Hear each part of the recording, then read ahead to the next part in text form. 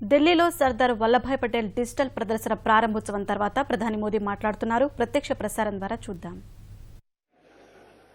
ये बात सही है, लेकिन सरदार साहब ऐसे थे जिसके परिवार ने कोई कॉपीराइट लिया हुआ नहीं है.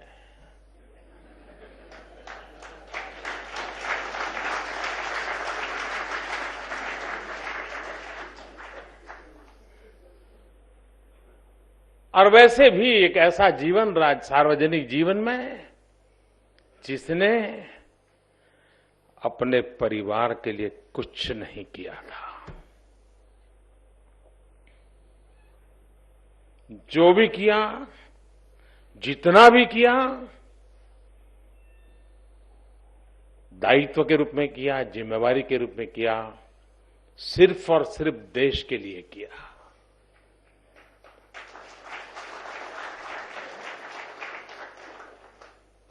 अगर ये बातें आज की पीढ़ी को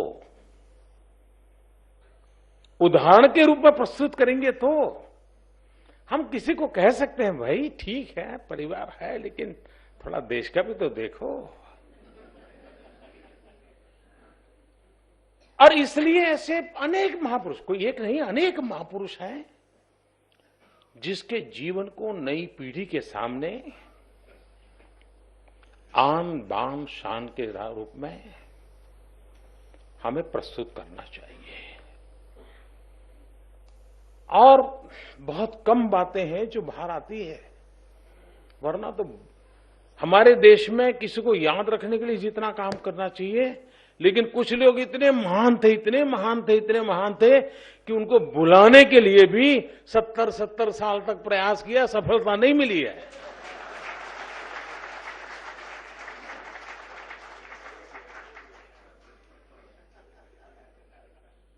और इसलिए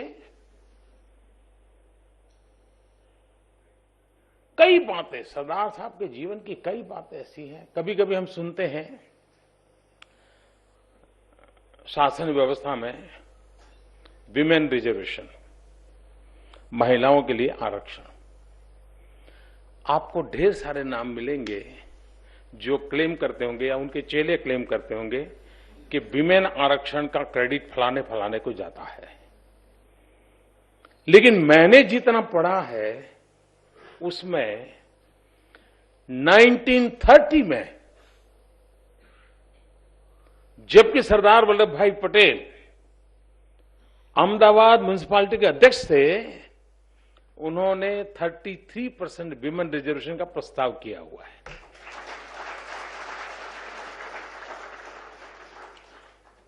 अब जब वो मुंबई प्रेसिडेंसी को गया तो उन्होंने इसको कचरे की टोकरी में डाल दिया, उसको मंजूर नहीं होने दिया. ये चीजें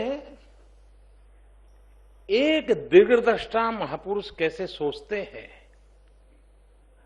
इसके उदाहरण है. सरदार साहब के व्यक्तित्व की झलक महात्मा गांधी ने एक जगह पे बड़े मजेदार लिखी है. अहमदाबाद के वो म्युनिसिपैलिटी के अध्यक्ष थे, तो वहां एक विक्टोरिया गार्डन है अहमदाबाद में. और ये सरदार साहब कैसे सोचते थे, उन्होंने विक्टोरिया गार्डन में लोकमान्य तिलक की प्रतिमा बिठाई. कैसा लगा होगा उस समय अंग्रेजों को, आप कल्पना कर सकते हैं.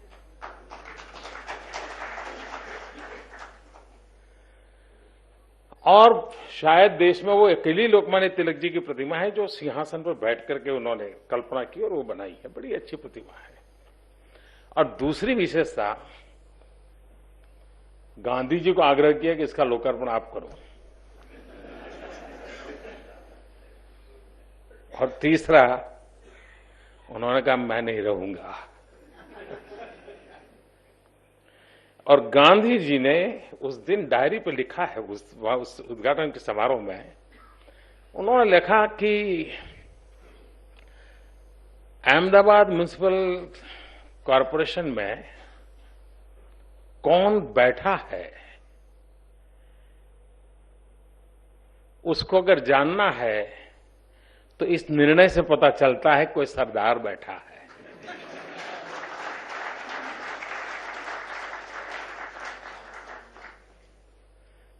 शब्द अलग अलग हो सकते हैं, मुझे वाक्य पूरा याद नहीं है, लेकिन ये गांधी जी ने खुद ने कि सरदार ही अहमदाबाद म्युनिसिपैलिटी में आए हैं, मतलब अहमदाबाद में हिम्मत आई है, इस प्रकार का भाव उन्होंने व्यक्त किया।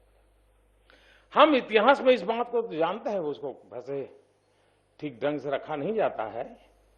किसी दल के इतिहास को देखें तो भी इन पेजेज को कहीं शायद ढूंढना पड़े, हाल है। देश आजाद हुआ तब नेतृत्व देने का विषय था। राज्यों की तरफ से जो प्रस्ताव आए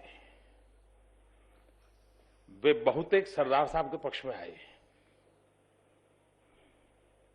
पंडित नेहरू के पक्ष में नहीं आए। लेकिन गांधी जी का व्यक्तित्व ऐसा था, उनको लगा नहीं सरदार साहब होने के बजाय कोई और हो तो अच्छा हो। नेहरू को बनाने में उनको जरा शायद मन में ये भी रहा हो, मैं नहीं जानता रहा हो, लेकिन शायद मैं भी गुजराती और इसको भी गुजराती को बनाऊंगा तो पता नहीं।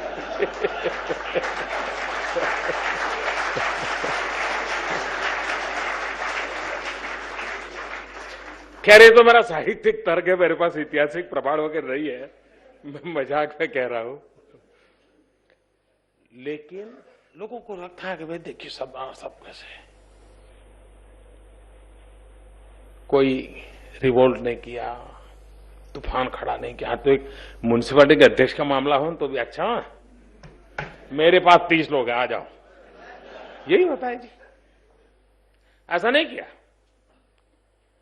लेकिन ये नहीं किया, ये बात उतनी ज्यादा उजागर नहीं होने दी जा रही है, लेकिन सच्चाई को नकारा नहीं जा सकता। लेकिन सरदार साहब कौन थे, इस बात का पता एक और घटना से मिलता है।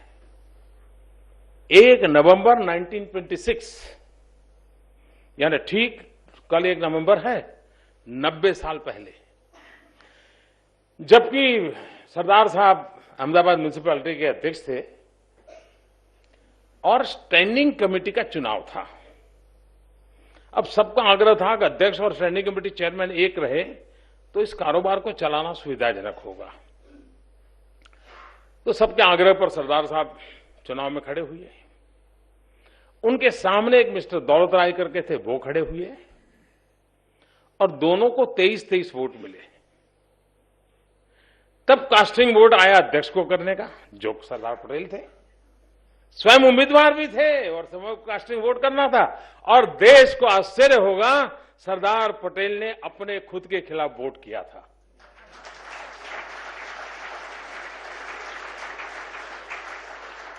जो बात देश की आजादी के समय महात्मा गांधी के नजरों के सामने हुई थी, वो बात 1 नवंबर 1926, 90 साल पहले,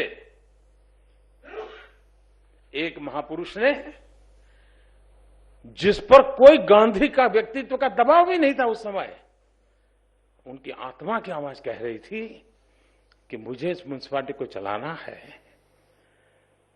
कास्टिंग वोट से मैं बैठूं ठीक नहीं है, अच्छा होगा कास्टिंग वोट मेरे विपक्ष को मैं दे दूं और उसको मैं बिठा दूं। और बिठा दिया। क्या ये चीजें वर्तमान के राजनीतिक जीवन के हर छोटे मोटे व्यक्ति को सीखने के लिए काम आने वाली है कि नहीं है?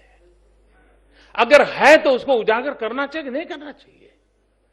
बस इतना सा काम करने की मैं कोशिश कर रहा हूं।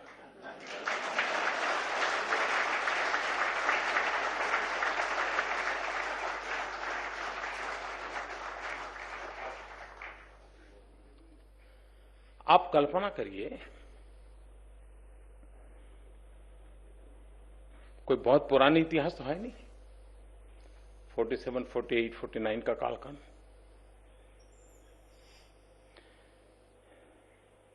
आज साहब कितना ही बड़ा नेता एक म्युनिसिपैलिटी के अध्यक्ष को कहे कि भाई ठीक है तेरा सब कुछ है, मान लिया, लेकिन मेरा मन करता है तुम छोड़ दो। छोड़ेगा क्या कोई? उसकी पैतृक संपत्ति है क्या? उसके मां बाप ने मेहनत करके पाई हुई है क्या? लोकतंत्र में लोगों ने मौका दिया है, 5 साल के लिए दिया है, और जरूरत पड़ गई कि भाई 3 साल के बाद तुम छोड़ दो। कोई मुझे बताए छोड़ेगा क्या? और पता नहीं छोड़ेगा तो क्या कुछ करेगा। इस बात को तो हम भली भांति समझते हैं, कोई छोड़ता नहीं है। यहां भी साहब कोई बड़ा मेहमान आ जाए, कुर्सी छोड़नी होगी तो हम ऐसे देखेंगे।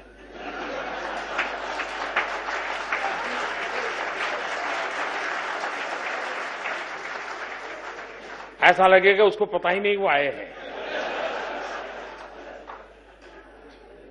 मनुष्य का मूलभूत स्वभाव है साहब। हम बस में, विमान में दौरा कर जाते हैं, कभी ट्रैवलिंग करते हैं, बगल वाली सीट खाली है, हमने अपनी किताब रखी, मोबाइल फोन रखा, और जहाज चलने की तैयारी में है, बस चलने की तैयारी में है, इतने में लास्ट मोमेंट कोई पैसेंजर आ गया। वो सीट तो हमारी नहीं थी, खाली थी, और हमने कुछ रखा था। हमको इतना आदमी बुरा लगता है यार, ये कहां आ गया, सब उठाना पड़ता है।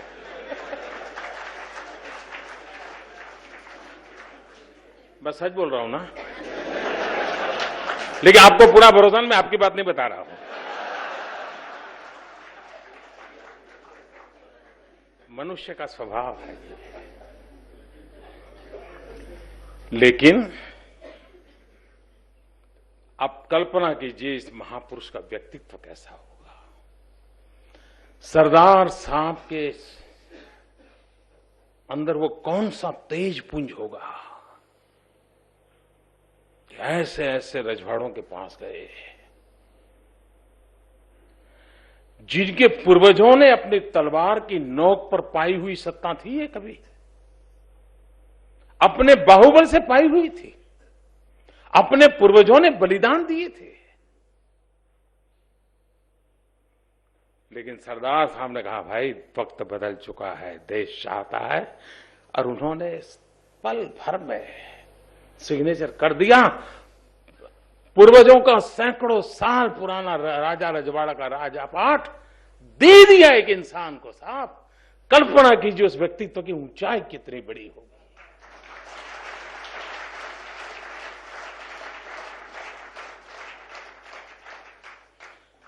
मैं गुजरात से हूं।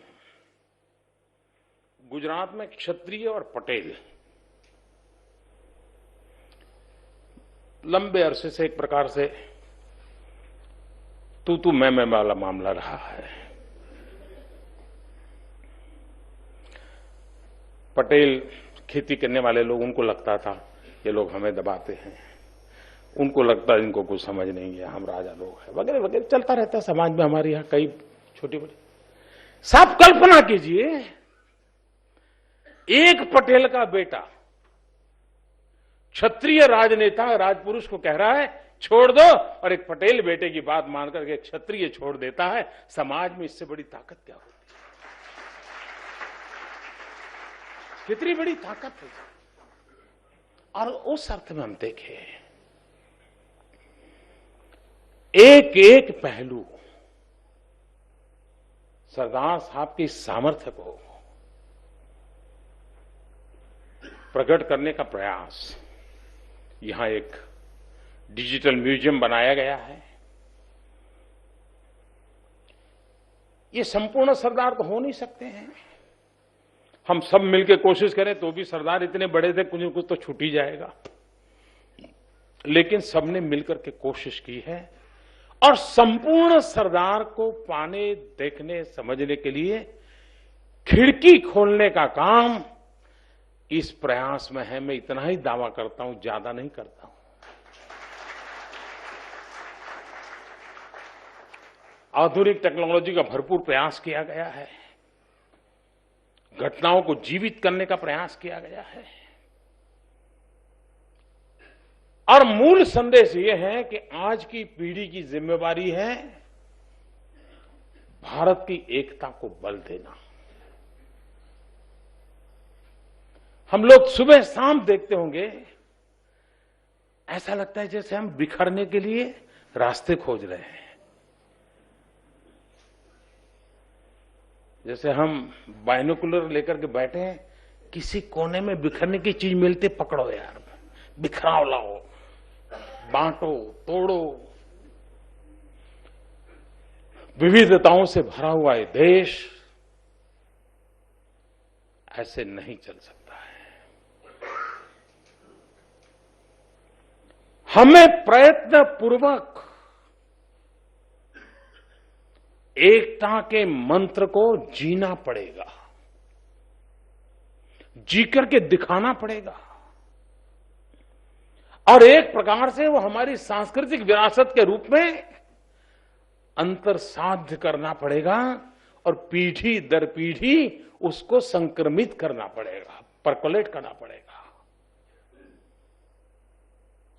हम इस देश को बिखरने नहीं दे सकते, और तब जाकर के हमें ऐसे महापुरुष का जीवन, उनकी बातें हमें काम आती है। इतिहास गवाह है, किसी समय भी तो अंतर विरोधों के कारण, अहंकार के कारण, मेरे तेरे के भाव के कारण ये देश सामर्थ्यवान था, फिर भी बिखरा था। एक चाणक्य नाम का महापुरुष था, 400 साल पहले उसने पूरे हिंदुस्तान को एक करने का सफल प्रयास किया था, और हिंदुस्तान की सीमाओं को कहां तक ले गया था।